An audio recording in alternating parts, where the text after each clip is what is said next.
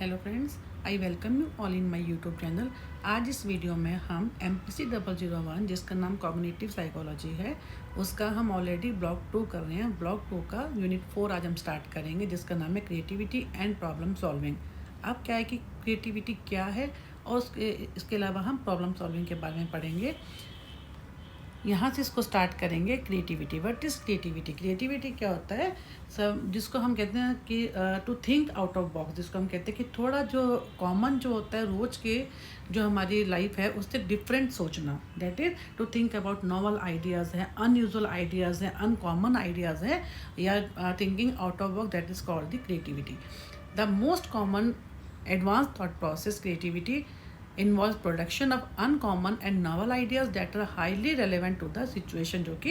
जो हमें नया सोचना, हमें जो कि कॉमन से अलग है उसके बारे में सोचना, जो कि सिचुएशन के अकॉर्डिंग है। And creativity is defined as something different from intelligence and as a parallel construct to intelligence, but it differs from intelligence in that it is not restricted to cognitive or intellectual functioning और behaviour.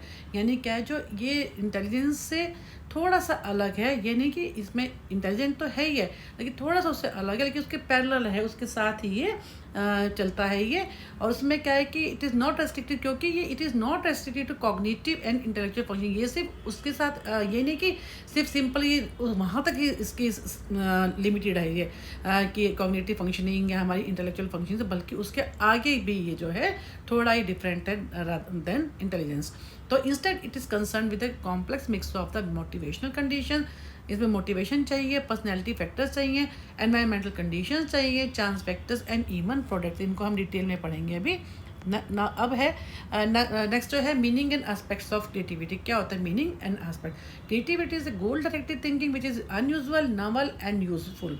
यानी जो जैसे मैंने अभी आपको बताया है, जो कि अनयूजुअल है, अनकॉमन है, नया है और जो यूजफुल भी है, जिसको हम आगे यूज़ भी करते हैं। And many of such creative thinking become so important that they influence the whole human civilisation and are called as historical creativity. जैसे इन्होंने एग्जाम्पल दी, मोनालिसा का हो गया, द लॉज ऑफ थर्मोडायनामिक्स हो गया, द लॉज ऑफ मोशन हो गया, the theory of relativity are some of the ideas that were never thought before and change the human civilisation all together in a great way in the respective spheres of life. यानी जो कि बहुत ही out of box, जैसे मैंने बताया ना कि आपको बिल्कुल डिफरेंट तरीके से सोचना है। जैसे इन्होंने एग्जाम्पल दी है इन लोगों के जो कि बहुत डिफरेंट हैं, जो कि अनयूजुअल हैं, और लेकिन ये यूजफुल भी हैं। Although we can accept in existence and important, it has been a highly difficult task for the researchers to define creativity. Creativity कोई एक डेफिनेशन नहीं है, टाइम टू टाइम लोगों ने सब ने अपने तरीके से इसको डिफाइन किया है। जिससे न्यूएल, शॉ एंड साइमन ने क्या कहा कि नॉवेल्टी एंड यूजफुलनेस, जैसे अभी बताया हमने, कोई नई चीज़ रिजेक्ट्स प्रीवियसली एक्सेप्टेड आइडिया। जो प्रीवियसली हमारे माइंड में जो एक्सेप्टेड आइडियाज़ होते हैं उनसे अलग होना, उनको रिजेक्ट करना है। रिक्वायर्स इंटेंस मोटिवेशन, परसिस्टेंस, यानी हमें बहुत मोटिवेटेड होना पड़ता है इसके लिए, और जो है उसके ऊपर काम करना पड़ता है, जिसको बोलते हैं परसिस्टेंस होना जरूरी है। रेगुलरली उस पर हम वर्कआउट करें। And results from organising the unclear situation in a coherent, clear and new वे।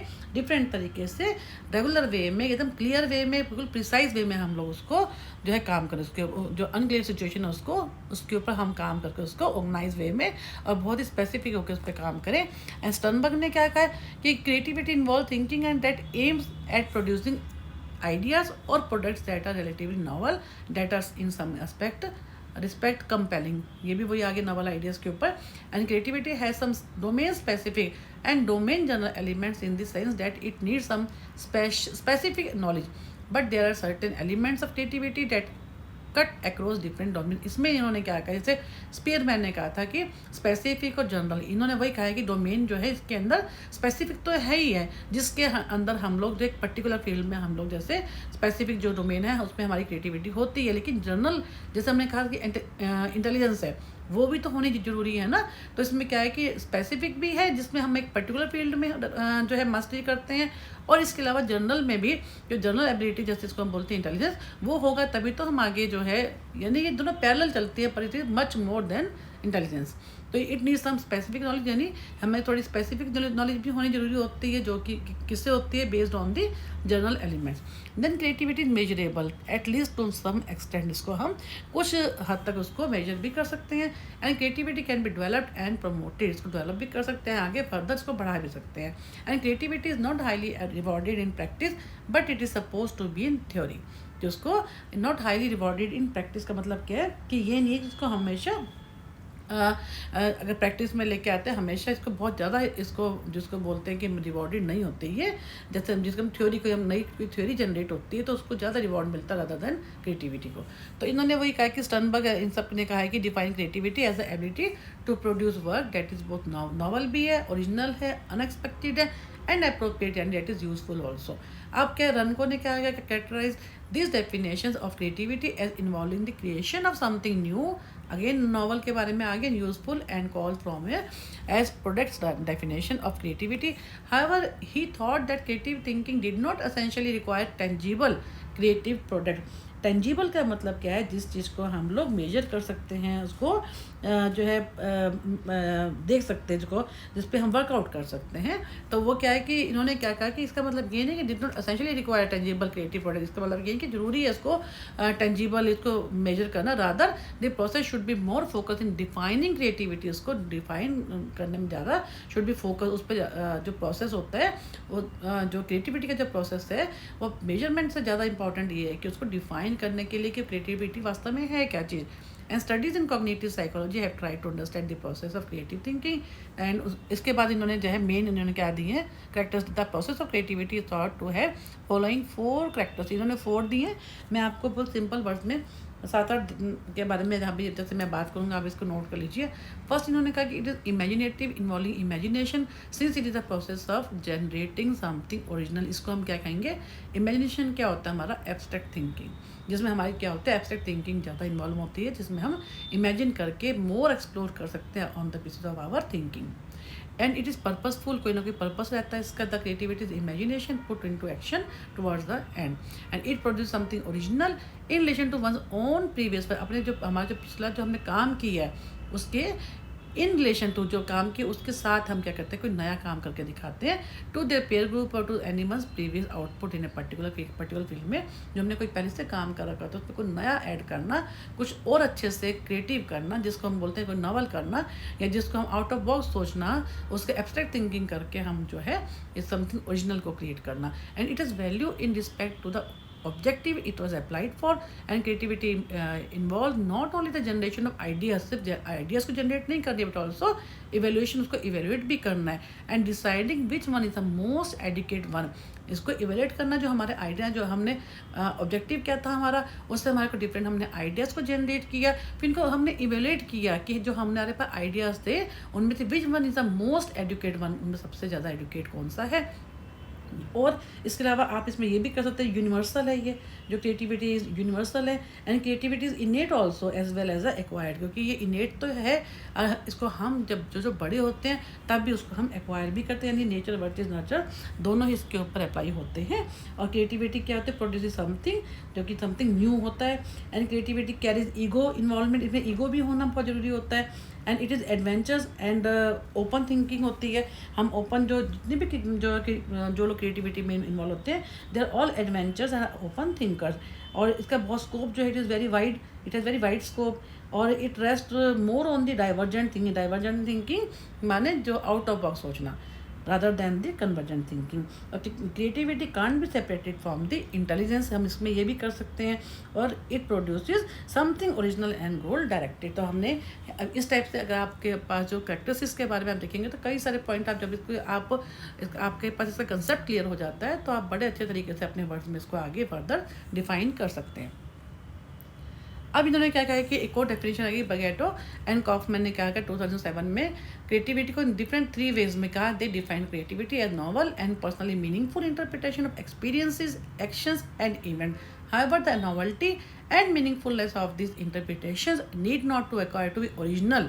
जो हमारे जो नई चीज़ है इसका मतलब ये नहीं कि समथिंग वो ओरिजिनल हो, इसका indeed the judgment of novelty and meaningfulness that constitute creativity is an intrapersonal judgment। उसके लिए क्या हमारा इंट्रापर्सनल क्या मतलब क्या होता है, इंट्रापर्सनल जजमेंट जो भी हम करते हैं, नया करते हैं, मीनिंगफुल करते हैं या मीनिंगलेस जैसे बताया, उनसे क्या मालूम होता है कि हमारे अंदर हम चीज़ को इवेल्युएट करें, खुद उसको जज करें कि जो हमारे ऑब्जेक्टिव्स थे क्या वो सही थे, क्या जो हमने जो है किया है, हमने डिफरेंट तरीके से उसको आउट ऑफ हम सोचते हैं तो वो कौन सा सही है। यानी अपने इंट्रा पर खुद की इवेल्यूशन होना बहुत ज़रूरी है। And this intrapersonal judgement is what distinguish creativity from other forms of creative expression. तो इसी से हमारे को मालूम होता है, जब हम खुद को जज करते हैं, खुद को अपना इवेल्युएट करते हैं, तो उसी से जो है मालूम होता है कि कैसे वो डिफरेंट है बाकी दूसरे एक्सप्रेशन से। And the two types of creativity, first है लिटिल एवरीडे, जो कि हम डे टू डे लाइफ में जैसे हम डेली यूज़ करते हैं, कैसे हम सुबह उठते हैं, कैसे हमारे को किस किस चीज़ में कैसे अपना जो रूटीन होता है उसमें भी हम एवरीडे लाइफ में जो है क्रिएटिविटी दिखाते हैं।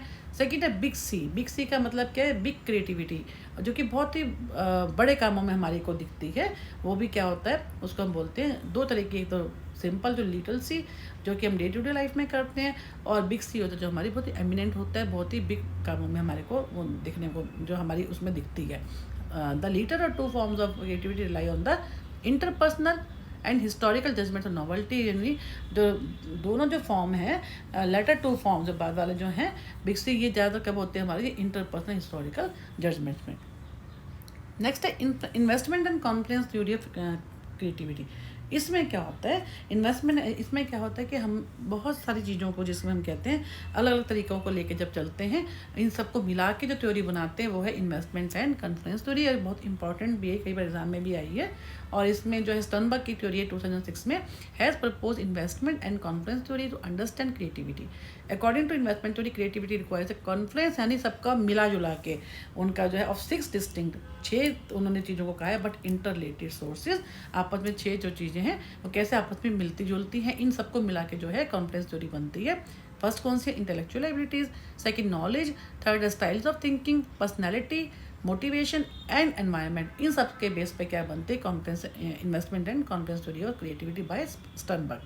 अब इन्होंने क्या, हम वन बाय वन इनको एक्सप्लेन करते हैं। इंटेलेक्चुअल स्किल क्या होती हैं, वो स्किल जो कि हम बहुत ही डिफरेंट तरीके से सोचते हैं, हम कैसे नई तरीके से हम नई जो प्रॉब्लम होती है उसको सोचते हैं, ना कि हम जो है ओल्ड तरीके से सोचते हैं। दिस जो क्या होती हैं, 3 intellectual skills are particular important. कौन सी, the synthetic skill to see problem in a new ways, नए तरीके से प्रॉब्लम को देखना, and to escape the bounds of conventional thinking, पुराने जो हमारी जो बाउंडिंग थी, हम कन्वेंशनल थिंकिंग जो हमें ओल्ड थिंकिंग ट्रेडिशनल थिंकिंग थी उसको उससे अलग होना। And to be the analytic skill to recognise which of one's idea are worth pursuing and which are not, कि कौन से आइडिया जो है हमारे उनको देखना, उनमें एनालिटिकल मतलब क्या, उसको डिफरेंट तरीके से उसको देखना है, उसको अपने आइडियाज़ को कितना हम एनालाइज कर सकते हैं, उस चीज़ को देखना कि कौन सा आइडिया जो बेटर है। उसके बाद हमारे अंदर एनालिटिकल स्किल होना बहुत ज़रूरी है उसके लिए। एंड द प्रैक्टिकल, उसके बाद प्रैक्टिकल क्या होता है, skill to know how to persuade others, कैसे हम दूसरे लोगों को परसुएट कर सकते हैं, अपना उनको बताना, उनको दूसरे लोगों को परसुएट करना कि हम जो हम out of thinking, out of box जो थिंकिंग है उनके बारे में हम कैसे उनको इम्पेक्ट कर सकते हैं अपनी, जिनमें ये सब चीज़ें होती हैं, ये सब किस में आती है, वो इंटेलेक्चुअल स्किल्स में आती है, जिसमें हमने क्या कहा, नंबर 1 पे हमने कहा कि नंबर 1 पे कन्वेंशनल थिंकिंग को हम छोड़ के बल्कि हम सिंथेटिक स्किल को हम यूज़ करें। सेकंड कौन सा, जिसमें एनालिटिकल स्किल होती हैं, जिसमें हम एनालिसिस करते हैं डिफरेंट उससे अपने आइडियाज़ को। और थर्ड में क्या होता है, लोगों को हम परसुएट करें, जिसको हम प्रैक्टिकल कहते हैं। तो the confluence of these 3 skills is also important, क्योंकि analytical skills used in the absence of other 2 skill is power, उनमें कोई फ़ायदा ही नहीं है, उनमें अगर 2 स्किल नहीं है, 1 है तो वो कोई फ़ायदा नहीं है। इसी तरह से अगर जो है हमारी जो सेकंड स्किल है एनालिटिकल, अगर वो है बाकी 2 नहीं है तो भी वो यूज़लेस है। सिंथेटिक स्किल का भी वही, उनकी एब्सेंस में बाकी 2 स्किल है वो भी यूज़लेस है। कहने का मतलब ये है कि जो ये हमारी इंटेलेक्चुअल स्किल्स हैं, ये तीनों जब होती हैं तो हमारी जो है जिसको बोल सकते हैं जो क्रिएटिविटी का जो थ्योरी जिन्होंने कहा है वो मेन है, उसके अंदर ये सब चीज़ें तीनों पार्ट आते हैं in the intellectual skills. Then है नॉलेज। नॉलेज में कौन सा है, on the other hand one needs to know enough about the field to move it forward, कि उसको किस फील्ड में आगे जाना है, इसकी नॉलेज होना बहुत ज़रूरी है। One can not move beyond where a field is if one does not know where it is. अगर किसी को यही नहीं पता कि उसको आगे कहाँ जाना है, किस में उसका इंटरेस्ट है, कहाँ उसको उसके बारे में कुछ क्लैरिटी नहीं है, तो क्या होगा कि वो रास्ता भटक जाएगा। On the other hand, knowledge is about field that can result in closed end entrenched perspective, resulting in a person not moving beyond the way in which he or she has seen problem in the past। इसका कहने का मतलब क्या है कि जो knowledge किसी चीज़ की होना बहुत ज़रूरी है। अगर हमें अपने जब गोल्स होंगे, हमारे को इस चीज़ की नॉलेज होगी, तो तभी तो हम आगे बढ़ पाएंगे। लेकिन वो कहते हैं कि उसमें क्या होता है कि जिसको बहुत ज़्यादा भी नॉलेज है, जिसने वो चीज़ के बारे में बहुत ज़्यादा एक्सप्लोर कर रखा है, वो भी गलत है। उससे भी क्या होगा कि उससे भी इसमें क्या है कि resulting in a person not moving beyond the way in which he और she has seen problem in the past. इसलिए क्या है कि वो ये भी गलत है। किसी को किसी चीज़ की बहुत ज़्यादा नॉलेज है, वो भी आगे मूव नहीं कर पाता, उसको भी पिछले पास्ट एक्सपीरियंस के बेस के ऊपर प्रॉब्लम होती हैं। अगर मैं कहती हूँ कि अगर मैं ये काम मुझे जो है जैसे आपने एमए साइकोलॉजी में एडमिशन लिया है, अगर आपको थोड़ा बहुत पता है कि हाँ एमए साइकोलॉजी में मैं ऐसे करूँगी तो मुझे, या ऐसे करूँगा या ऐसे करूँगी, मैंने एडमिशन ले लिया, इसमें मेरा वाइड स्कोप है, तो आपने एडमिशन ले लिया, आप उस पर काम करेंगे और उसको एग्ज़ाम दे देंगे। अगर इसमें आपकी बहुत ज़्यादा नॉलेज है, आपको कुछ ऐसे कोई पास एक्सपीरियंसेस है जिसको जिन्होंने एमए साइकोलॉजी में ली, बहुत मेहनत की, उसने आगे पीएचडी भी की, आपने और ज़्यादा एनहांस किए स्किल्स को, लेकिन उनको कोई फ़ायदा नहीं हुआ, या कुछ और ऐसा कुछ हुआ जो कि उनकी मेहनत जो है वो बेकार चलेगी, तो या किसी और चीज़ में उनको अब फाइनली बाद में किसी और में एडमिशन लेना पड़ा। तो कहने का मतलब ये है कि उन्होंने कहा कि अपनी ज़्यादा नॉलेज होना भी, तो क्या होता है जो अपनी पिछली कोई पास्ट एक्सपीरियंस के बेस पे उससे भी उनको प्रॉब्लम होती है। तो थिंकिंग स्टाइल्स अब नेक्स्ट के thinking styles are preferred ways of using one's skills in essence they are the decision about how to deploy the skills available to a person. यानी जो हमारी जो प्रैक्टिकल वे, अपनी प्रेफर्ड वे, हमें कैसे हमारी थिंकिंग को होना कि हम कैसे सोचते हैं, ये बहुत ज़्यादा ज़रूरी है। और इसमें क्या है कि with regard to thinking style, legislative style is particularly important for creativity, क्योंकि जो हम क्रिएटिविटी की बात कर रहे हैं, लेजिस्लेटिव स्टाइल क्या होता है, ओपन होना चाहिए अबाउट द न्यू थिंग्स। हमारे को जो नई चीज़ों के बारे में हमें ओपन माइंड होना चाहिए, जो हमारी थिंकिंग है उस हिसाब से होनी चाहिए, ना कि कंजर्वेटिव। तो इसमें क्या है, and this preference needs to be distinguished from the ability to think creatively, and someone may like to think around new lines but not think well, और वाइस वर्सा। यानी वही है कि इसके लिए मेजर जो होता है, जो क्रिएटिव थिंकर होता है, उसको जो थिंकिंग स्टाइल है that should also be based on the legislative, ना कि कंजर्वेशनल। नेक्स्ट है पर्सनैलिटी। इसमें क्या है कि बहुत सारी इन्वेस्टिगेशन उन्होंने बताया है supporting the importance of certain personality attributes for creative thinking. उसमें उन्होंने कहा है कि कौन कौन से these attributes include but are not limited to willingness to overcome obstacle, the willingness to take sensible risk, willingness to tolerate ambiguity and self efficacy। इन्होंने क्या कहा है कि ये एट्रीब्यूट्स होने चाहिए हमारी पर्सनैलिटी में, लेकिन उसमें क्या है but are not limited to, जैसे ये भी नहीं कि हम उन्हीं तक के सीमित होकर रह गए, जैसे विलिंगनेस टू ओवरकम ऑब्स्टेकल, जो भी हमारे सामने कोई ऑब्स्टेकल आती हैं, हिंड्रेंसेस आती हैं, प्रॉब्लम्स आती हैं, उनको ओवरकम करना चाहिए हम लोग, उनको इतने हमारे में हो, हम उसको एक्सेप्ट करें और उनको आगे ओवरकम करें। Willingness to take sensible risk, हम रिस्क ले सकें। विलिंगनेस टू टॉलरेट एम्बिग्यूटी, यानी जो हर चीज़ क्लियर नहीं होती है उसको हम टॉलरेट कर सकें। सेल्फ एफिकेसी का सेल्फ जो है जिसको बोलते हैं कॉन्फिडेंस होना अपने अंदर, अपना सेल्फ सफिशिएंट होना जिसको हम बोलते हैं। In particular buying low and selling high typically means defying the ground so that one has to be willing to stand up the conversation if he wants to think and act in creative way. Mainly कहने का मतलब क्या है, इसमें क्या होता है, हमारी पर्सनैलिटी जो है ऐसी होनी चाहिए जो कि रिस्क टेकिंग होनी चाहिए। क्रिएटिविटी के लिए हमारे को रिस्क टेकिंग होना बहुत ज़रूरी है। और जो हमारी अप्स एंड डाउन, जो हमारी प्रॉब्लम्स है, जो हमारी हिंड्रेंसेस है, जो हमारे को जो है कोई ऐसी चीज़ हमारे को एम्बिगस होती है, जो एकदम क्लियर नहीं होती, उन सबको हमारे को विलिंगनेस होनी चाहिए उस चीज़ को एक्सेप्ट करने के लिए।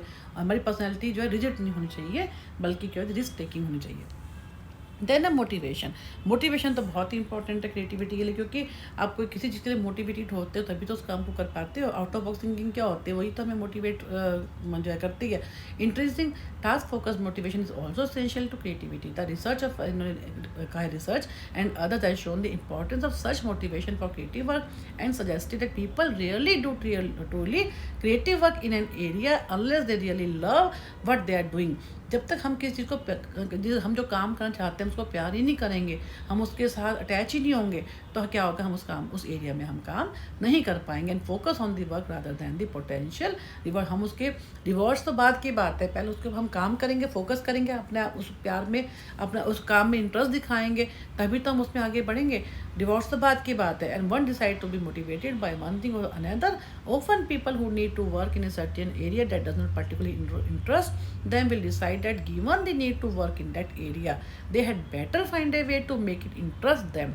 जब वो किसी चीज़ में उनका इंटरेस्ट होता है, उनको लगता है ये काम जरूरी है, तो उसमें क्या होता है, उसमें जब वो इंटरेस्ट पैदा करते हैं तो क्या होता है, उसका जो है काम करने का वो तरीका भी ढूंढ लेते हैं, उसमें इंटरेस्ट पैदा कर लेते हैं।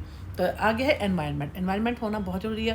Finally one needs to an environment that is supportive and rewarding of creative ideal. जो हम क्रिएटिविटी है वो तभी होती है जब हमारे को जो है प्रॉपर हमारे को एनवायरनमेंट मिलता है जो कि सपोर्टिव हो और जो लेस नेगेटिव हो। सपोर्टिव एनवायरनमेंट होना बहुत ज़रूरी है। One should have all the internal resources needed to think creatively. हमें आउट ऑफ बॉक्स सोचने के लिए, अनकॉमन सोचने के लिए, नॉवल आइडिया सोचने के लिए हमारे को क्या है, वैसा एनवायरनमेंट भी मिलना चाहिए कि सपोर्टिव हो, जिसमें हम क्रिएटिवली सोच सकें। But without some environment support, हमें प्रॉपर वो एनवायरनमेंट नहीं मिलेगा, तो सच एज इन्होंने कहा form for proposing new those ideas for creative that a person has within him and her might never be display. तो क्या होगा, वो अपने अंदर ही रह जाएगा, अपनी जो उस चीज़ को डिस्प्ले नहीं कर पाएगा जो उसके अंदर टैलेंट है। देन है कॉन्फ्लेंस। कॉन्फ्लेंस में क्या हो जाएगा, हमने ऊपर जितने भी फैक्टर्स किए हैं इन सब का इकट्ठा हम कर देंगे तो क्या हो जाएगा, यही हमारी जो है कॉन्फ्लेंस थ्योरी है। इसको अलग से भी कोई जरूरत नहीं है, ये इन्होंने इस पार्ट का कॉन्फ्लेंस, क्योंकि इनकी जो थ्योरी का नाम ही ये है investment and confluence theory of creativity. जब हम इसमें क्या करते हैं, अपने जितने भी हमने फैक्टर्स किए हैं, जैसे हमने इंटेलेक्चुअल एबिलिटीज़ के बारे में बात की, नॉलेज के बारे में बात की, थिंकिंग स्टाइल्स के बारे में बात की, पर्सनैलिटी, मोटिवेशन, एनवायरनमेंट, हम इन सब 6 के 6 फैक्टर्स को जोड़ देते हैं। They are all the sum of the complex factors.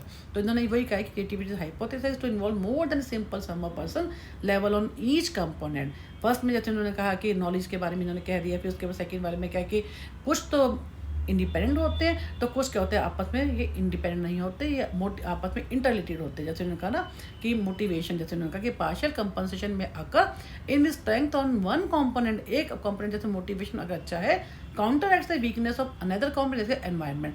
तो उसमें अगर एक हमारी मोटिवेटेड हम लोग, तो अगर हमारे को एनवायरनमेंट सपोर्टिव नहीं भी मिलता है, तो जो उसकी वीकनेस को काउंटर एक्ट क्या होता है, उस चीज़ को हटा देना, उसके इफेक्ट को कम कर देना, to reduce the effect of something by acting against it. तो क्या होगा, अगर मोटिवेटेड है हम लोग, तो एक दूसरे इम्पैक्ट जो कि अगर हमारे को एनवायरनमेंट से रिलेटेड हमारे को कोई प्रॉब्लम है भी, तो उसको वो क्या कर देगा, काउंटर एक्ट कर देगा, तो कंपनसेट कर देगा। कहने का मतलब ये थर्ड, इंटरेक्शन में आकर between components such as intelligence and motivation in which high levels of both components could multiplicatively enhance creativity. अगर आप इंटेलिजेंट भी हो, आप मोटिवेटेड भी हो, या आपको सपोर्टिव एनवायरनमेंट भी मिल रहा है, और आपकी थिंकिंग भी उस टाइप से है कि ओपन हो आप, अगर ये आपकी पर्सनैलिटी भी जो रिजिड नहीं है, रिस्क टेकिंग है, अगर ये सब मिल जाते हैं या कोई एक दो फैक्टर्स आपस में मिल जाते हैं, तो आपका क्या होता है, वो उससे क्रिएटिविटी आपकी बढ़ जाती है। नेक्स्ट है एस्पेक्ट्स। एस्पेक्ट्स में क्या होता है, जो हमारी जो क्रिएटिविटी है, गिलफर्ड ने कहा है ये 1986 में। वैसे ही चैप्टर बहुत इंपॉर्टेंट है, कई बार इसमें सिर्फ एस्पेक्ट्स के ऊपर आ जाता है, या स्टेजेस के बारे में आ जाता है इसकी, या इसकी जो कैरेक्टरिस्टिक्स क्या होती है वो क्या है उनके बारे में आ जाता है, या इन्वेस्टमेंट एंड कॉन्फ्लिक्ट जो भी हमने की है उसके बारे में आ जाता है। तो इसमें क्या गिलफर्ड ने मेनली क्या कहा है, इनकी जो ये जो एस्पेक्ट्स ऑफ क्रिएटिविटी, इन्होंने मेनली ये 6 जो है बातें कही हैं, fluency, flexibility, originality, elaboration, abstractness of titles and resistance to premature closure. जिसमें इन्होंने क्या है कि इसको हम करते हैं यहाँ से कि जिसमें ये सब चीज़ें होती हैं, तो उसका मतलब क्या है, वो क्रिएटिविटी होने के लिए ये सब एस्पेक्ट होने जरूरी होते हैं। Guilford 1986 considered creative thinking as involving divergent thinking, जो कि आउट ऑफ बॉक्स सोचना जिसको हम कहते हैं different thinking, which emphasize fluency, flexibility, originality and elaboration. ये इन्होंने कहा ये होती हैं उसके लिए, डाइवर्जेंट थिंकिंग के लिए इसके एस्पेक्ट्स होते हैं। Gilford have noted that creative thinking is not the same as divergent thinking because creativity requires sensitivity to problems as well as a redefinition abilities which includes transformation thought, reinterpretation and freedom from functional fixedness in driving unique solution। उन्होंने क्या कहा Gilford ने कि आप जो एक ही तरह से सोचना, ये सिर्फ ये नहीं कि अब सिर्फ डाइवर्जेंट थिंकिंग ही नहीं आती। उन्होंने क्या Guilford have noted that creative thinking is not the same as divergent. सिर्फ डाइवर्जेंट थिंकिंग नहीं होती, उसकी तरह नहीं होती, बिकॉज जो क्रिएटिविटी क्या चाहती है, sensitivity to problem as well as redefinition ability, आपकी एबिलिटी है उनको रीडिफाइन करना, उनको और एक्सप्लोर करना, उनको और एनालाइज करना, विच इंक्लूड क्या है ट्रांसफॉर्मेशन थॉट, अपने जो थॉट है, अपने थिंकिंग स्टाइल को, अगर वो रिजिड है या आप रिस्क टेकिंग नहीं हो या आपका बहुत कंजर्वेटिव हो, उनको ट्रांसफॉर्म करना, उनको चेंज करना, री इंटरप्रेट अपने फिर से उनको री इंटरप्रेट करना, and freedom from functional fixedness. Freedom from functional fixedness का मतलब क्या है? फंक्शनल फिक्सनेस का मतलब क्या है कि आप एक ही तरह से एक पुराने एक स्टाइल के ऊपर ही चले आ रहे हो।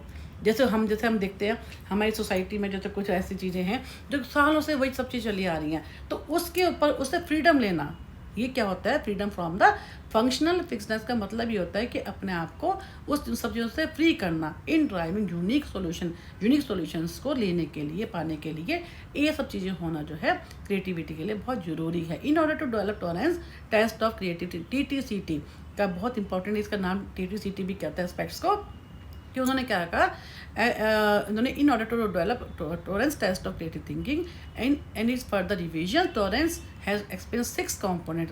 TTCT या एस्पेक्ट्स ऑफ जो है क्रिएटिविटी, या जो अगर ये 6 एस्पेक्ट्स आते हैं तो ये एक ही बात है, एक किसी भी नाम से वो आ सकता है। फ्लुएंसी का मतलब क्या है? The number of element idea shows an ability to produce number of pictorial images, यानी इसमें हम कितने फ्लुएंटली आइडियाज़ को लेते हैं, ये इस पे डिपेंड करता है, किस पे? फ्लुएंसी के अंदर, जो कि बहुत इंपॉर्टेंट जो इसका एक एस्पेक्ट है कि the number of relevant idea, कितने रेलिवेंट आइडिया हम लेने को तैयार हैं, हम उनको लेते हैं, that is called our fluency. Next है फ्लेक्सिबिलिटी। फ्लेक्सिबिलिटी में क्या है कि कैसे हम लोग जो है कितने हम लोग फ्लेक्सिबल हैं। इसमें क्या होता है? फ्लेक्सिबिलिटी द ईज, जिसको हम कहते हैं flexibility the ease by which individuals can change from one subject area to another, कितना फ्लेक्सिबल है उस चीज़ के लिए। A flexible person should be able to progress from ideas that are similar to ideas that are completely different. इसको हम ऐसे कह सकते हैं कि ये हमारी क्या होती है? Flexibility. Then come to originality. The number of statistically infrequent ideas shows an ability to produce uncommon, जो अनकॉमन होंगे और यूनिक रेस्पॉन्सेज होंगे, वो हमारे क्या, या इसको हम ऐसे भी कह सकते हैं कि originality is the ability to think and develop tangible and intangible, दोनों तरीके से उनको देखना, इनकॉर्पोरेट नॉवेल्टी से, क्रिएटिविटी से एंड यूजफुलनेस से, जो एकदम ओरिजिनल आइडियाज़ होते हैं। नेक्स्ट है इलेब्रेशन। इलेब्रेशन में क्या है? क्योंकि जो है इलेब्रेशन में क्या, हमारे जो आइडियाज़ हैं उनको हम किस टाइप से कितना उसको इलेबरेट कर सकते हैं उसके बारे में, या हम कहते हैं elaboration is the ability to further redefine and define the idea जो हमारे पास हैं। A person who can utilize elaboration is one who can build upon the idea to redefine it, कितना हम उसको रीडिफाइन कर सकते हैं और किस टाइप से उसको अप्लाई कर सकते हैं। इलेबरेट का मतलब क्या कि the number of added ideas demonstrate the subject ability to develop and elaborate an ideas. Next है एब्स्ट्रैक्टनेस। एब्स्ट्रैक्ट क्या होता है? हमें सोचना है हमारी इमेजिनेशन के बारे में, कि हम कितना इमेजिनेबल हैं, कितना हम वो ज़्यादा एक्सप्लोर कर सकते हैं, कितना हम क्रिएटिवली सोच सकते हैं। इसमें क्या है? The degree beyond labelling based on the idea that creativity requires N abstraction of thought. सिर्फ ये नहीं कि लेबलिंग के बाहर, उससे ऊपर सोचना, इमेजिनरी वे में सोचना। It measure the degree a little move beyond concrete labelling. Concrete क्या होता है? जो चीज़ हमारे सामने होती है सिर्फ उसके बारे में सोचना, और एब्स्ट्रैक्ट में क्या होता है? बियॉन्ड, उसके अलावा सोचना कि हम कैसे कैसे कोई चीज़, कोई हमारे सामने कोई पिक्चर है उसके बारे में सोचना कि एक तो उसमें पिक्चर में हमारे को जो एकदम क्लियर सामने पिक्चर है वो पिक्चर सामने नहीं है, कहा जाता है, उसके बेस के ऊपर सोचना कि कैसे कैसे हम क्या क्या कर सकते हैं। बियॉन्ड जो है कंक्रीट का मतलब यही है कि हम इमेजिनरी वे में सोचना जो हमारी चीज़ सामने नहीं है। Then resistance to premature closure. इसका मतलब क्या है कि हमारे जो आइडियाज़ हैं हम कैसे ओपन है उस चीज़ के लिए, कितने हम लोग हम रिजिड तो नहीं है कहीं, and we should be open to adapt the new ideas. और जो पहले के जो आइडियाज़ उनको उसके अगेंस्ट क्या है? रेजिस्टेंस करना। The degree of psychological openness based on the believe that creative behaviour requires a person to consider a variety of information when processing information and to keep an open mind. इसके लिए हमारे को क्या है? Open mind होना जरूरी है। तो कहने का मतलब जो हमारे 6 एस्पेक्ट्स हैं, जिसमें हमने फ्लुएंसी किया, फ्लेक्सिबिलिटी किया, ओरिजिनलिटी किया, elaboration, abstractness of title and resistance. इसमें क्या है? फिर से इसको जो है शॉर्ट में पढ़ लेते हैं कि फ्लुएंसी का मतलब क्या है कि हम आइडियाज़ को हम कितना फ्लुएंटली लेते हैं। फ्लेक्सिबिलिटी का मतलब क्या? हम कितने फ्लेक्सिबल हैं।